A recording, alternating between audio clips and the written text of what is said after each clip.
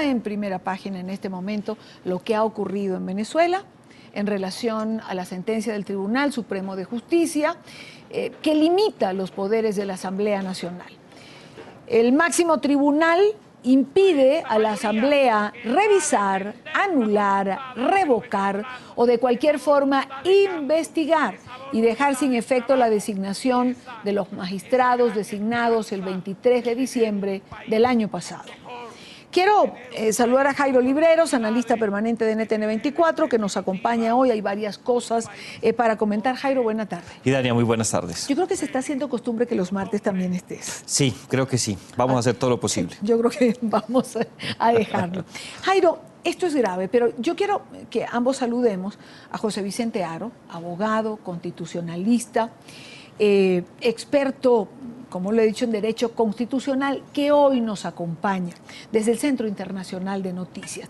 Y yo creo que debemos nosotros comenzar con él y que nos traduzca, nos diga qué intenta el TSJ. ¿Esto se puede hacer? Es decir, ¿cómo un poder constituido va a desconocer a otro poder constituido, que según los que entienden es el poder con más legitimidad que hay en Venezuela en este momento, y me refiero a la Asamblea Nacional? Doctor Haro, buena tarde, gracias por estar con nosotros. Hola, ¿qué tal? Buenas tardes, Idania. Buenas tardes, Jairo. Buenas tardes. Efectivamente, tenemos un problema de crisis constitucional actualmente en Venezuela. Esta decisión del Tribunal Supremo de Justicia coloca al Tribunal Supremo de Justicia en una actuación bastante cuestionable porque de alguna manera trata de erigirse como un superpoder, un poder por encima de todos los demás poderes constituidos en Venezuela, por encima de la Asamblea Nacional, por encima del poder ciudadano, por encima de todos los poderes del Estado.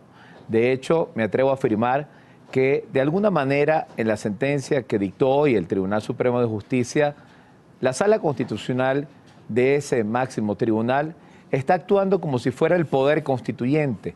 Está a través de estas decisiones y otras decisiones que ha tomado durante las últimas semanas, está reescribiendo la Constitución, está escribiendo otra Constitución muy distinta a la aprobada por los venezolanos el 15 de diciembre de 1999.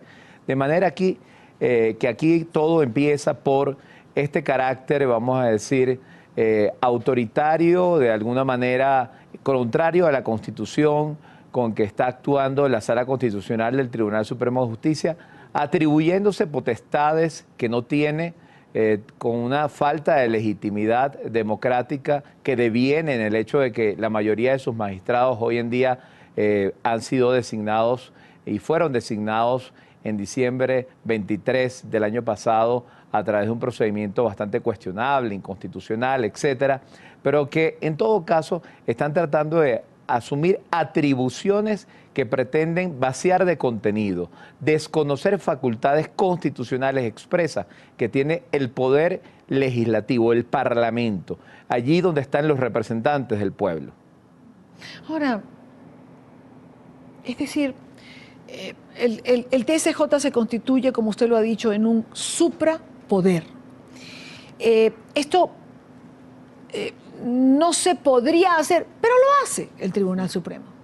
No solo reescribe la Constitución, ha intentado reescribir la historia, doctor Haro. Es decir, todo lo que no se puede hacer es lo que se ha hecho en Venezuela. ¿No tendría que haber, Jairo, una reacción política en relación a lo que ha ocurrido hoy? Sin lugar a dudas, Idania, yo creo que no solamente en Venezuela, sino en diferentes lugares en América Latina se espera una reacción política en términos de hacer valer no solamente el equilibrio de poderes, sino unas de las cláusulas más importantes de la Carta Democrática Interamericana, donde hace referencia que cualquier país donde se ve alterado el orden constitucional, y después de escuchar a nuestro invitado, yo creo que esa es una muy buena definición, este tribunal se atribuye no solamente competencia competencias que van más allá de lo establecido en la Carta Política, sino que busca doblegar de una manera clara y precisa la capacidad que tiene el legislativo para adelantar actividades de control, en este caso, porque ya son varias sentencias en donde ha cercenado de un tajo las diferentes competencias y actividades que tiene. En esa medida yo creo que se esperaría un pronunciamiento que fuera más allá de un rechazo a la sentencia. Creo que en estos momentos la Asamblea, que es dominada por la oposición, por quienes creen en la democracia, tienen que hacer valer los principios democráticos y de manera particular las garantías necesarias para que el equilibrio de poder quede nuevamente restablecido. Y si no se logra esto, difícilmente puede haber un vuelco hacia la democracia y la situación va a derivar en situaciones mucho más críticas. Vamos a hacer contacto con Oliver Fernández, lo hicimos al comienzo del programa, él sigue en la Asamblea Nacional. Oliver, ¿algún pronunciamiento sobre la sentencia? Será, escuchen bien esto, colegas diputados. Hola Idania, buenas tardes. Seguimos aquí en la Asamblea Nacional. Hasta ahora no ha habido un pronunciamiento sobre esta sentencia del Tribunal Supremo de Justicia. Sin embargo, ya comenzó el punto principal de esta sesión ordinaria y es justamente la presentación del informe de esta comisión especial que fue designada hace ya varias semanas para investigar a los magistrados del Tribunal Supremo de Justicia que fueron nombrados de manera express el pasado mes de diciembre. Vale destacar que Carlos Berribeitia leyó este informe. Él dijo que era indispensable revocar la designación de estos magistrados y también que era importante reformar la ley orgánica del Tribunal Supremo de Justicia. También presentó un audio de la magistrada Carmen Porras, magistrada al Tribunal Supremo de Justicia.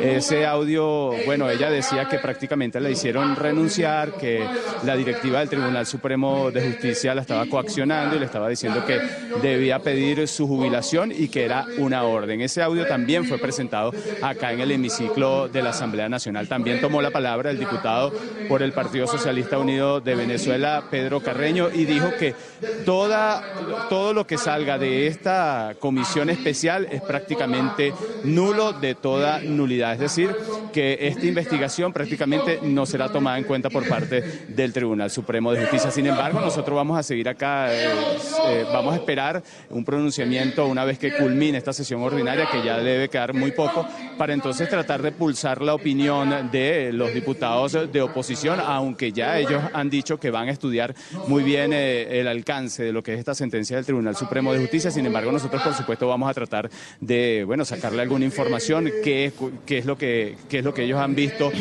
a primera vista con esta sentencia del Tribunal Supremo de Justicia el día de hoy, Dania. Gracias a Oliver Fernández. Quiero volver con el abogado José Vicente Haro. Doctor Haro, si el nombramiento de estos magistrados se hizo, para usar una frase coloquial, a trocha y mocha, como se dice en Venezuela, ¿por qué la nueva Asamblea no los destituyó? ¿Por qué no se hizo algo? Es la pregunta que se hacen en Venezuela. Uno entra en las redes sociales y es lo que la gente se está preguntando. ¿Por qué la Asamblea Nacional ha esperado tanto cuando, a decir de muchos, esto era de las primeras acciones que tenía que tomar? Y Dania, como tú bien lo has reflejado y se ve que sigues el pulso de lo que está sucediendo en Venezuela, muchos venezolanos esperaban que una de las primeras decisiones de la Asamblea Nacional fuera precisamente revisar detenidamente la designación irregular, inconstitucional de magistrados que se hizo el 23 de diciembre del año pasado. Y se esperaba por lo siguiente, porque ya incluso antes de la instalación de la Asamblea Nacional, recordemos la sentencia de la Sala Electoral del 30 de diciembre de 2015, en la que se suspendió la proclamación que se hizo de 3 diputados del Estado Amazonas para quitarle a la Asamblea Nacional las 2/3 partes totales que tiene mayoría calificada dentro del Parlamento a la oposición.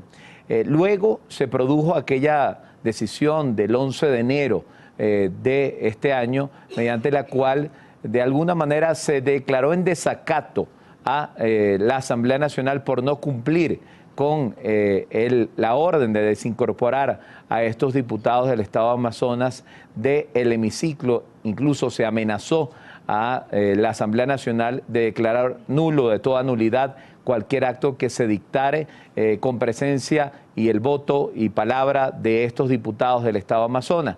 Y en ese momento la Asamblea optó por acatar tanto la decisión del 30 de diciembre como la decisión del 11 de enero bajo protesta, pero la acató. Luego, posteriormente, se produjo una decisión de la Sala Constitucional que confirmó todo esto que hizo la Sala Electoral.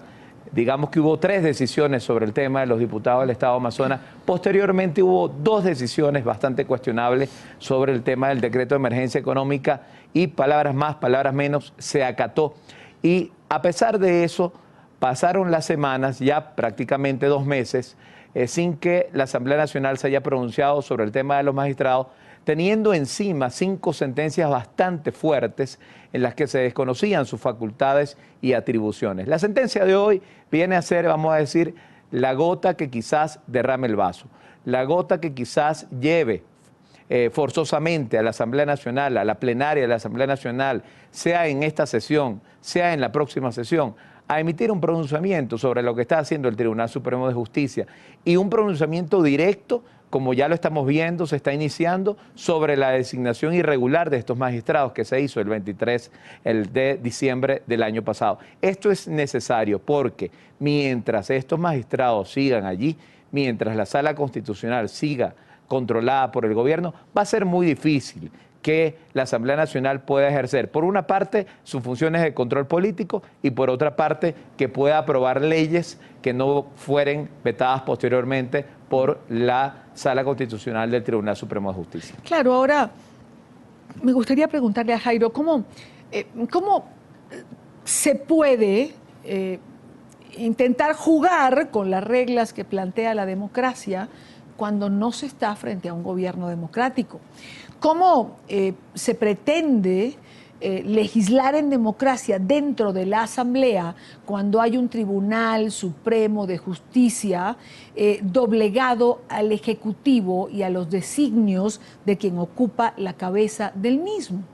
Y Dania, yo creo que hay 2 mecanismos que en estos momentos no solamente hacen parte del arsenal de herramientas que tendría la Asamblea o por lo menos los miembros de la oposición, quienes representan la democracia en la Asamblea. El primero de ellos gira en torno de crear un conflicto de competencias. Hay que tener en cuenta que si bien nos encontramos bajo una dictadura en donde los esquemas de poder no corresponden precisamente al equilibrio de poderes o a la colaboración armónica entre las diferentes ramas que componen el poder público, creo que en estos momentos la Asamblea tiene que crear un conflicto institucional lo suficientemente fuerte, no para desbordar por completo las competencias que tiene establecidas, pero sí para generar una situación en donde competencias externas tengan la capacidad de solucionarlo. Y lo digo por lo siguiente, yo creo que la Asamblea tiene que pronunciarse con una votación, tiene el quórum necesario y la capacidad para hacerlo en el sentido de destituir a los miembros del tribunal. Ese punto generaría un conflicto de competencias muy grande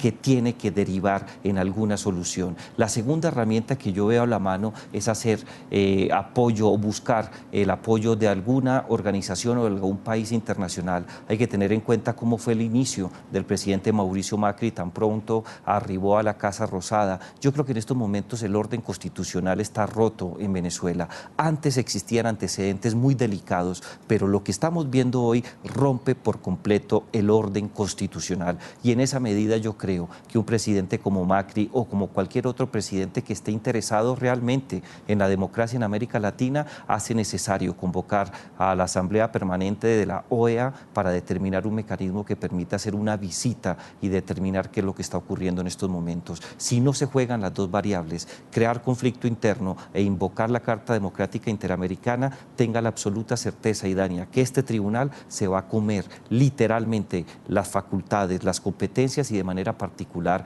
el voto de los ciudadanos que mayoritariamente los eligieron. Doctor Haro, una última pregunta. Jairo habla de se rompe el orden constitucional.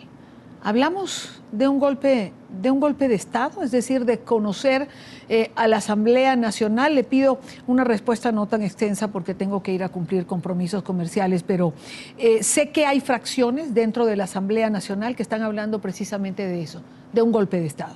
Sí, hay un golpe de Estado. ¿Por qué? Porque se le da un golpe a la Constitución. Hay un golpe de Estado porque se le da un golpe de Estado a la voluntad del electorado que se pronunció el 6 de diciembre. Hay un golpe de Estado porque de alguna manera se está dando un golpe al Parlamento donde están los representantes del pueblo. Definitivamente, en este momento, coincido con Jairo, existe una ruptura del orden constitucional, del hilo constitucional. Debemos hablar que la sentencia del Tribunal Supremo de Justicia definitivamente representa un lamentable golpe de Estado a la Constitución y al pueblo venezolano en este momento. Quiero agradecerle al doctor José Vicente Haro, abogado, experto en Derecho Constitucional, por acompañarnos estos minutos en la tarde de NTN 24.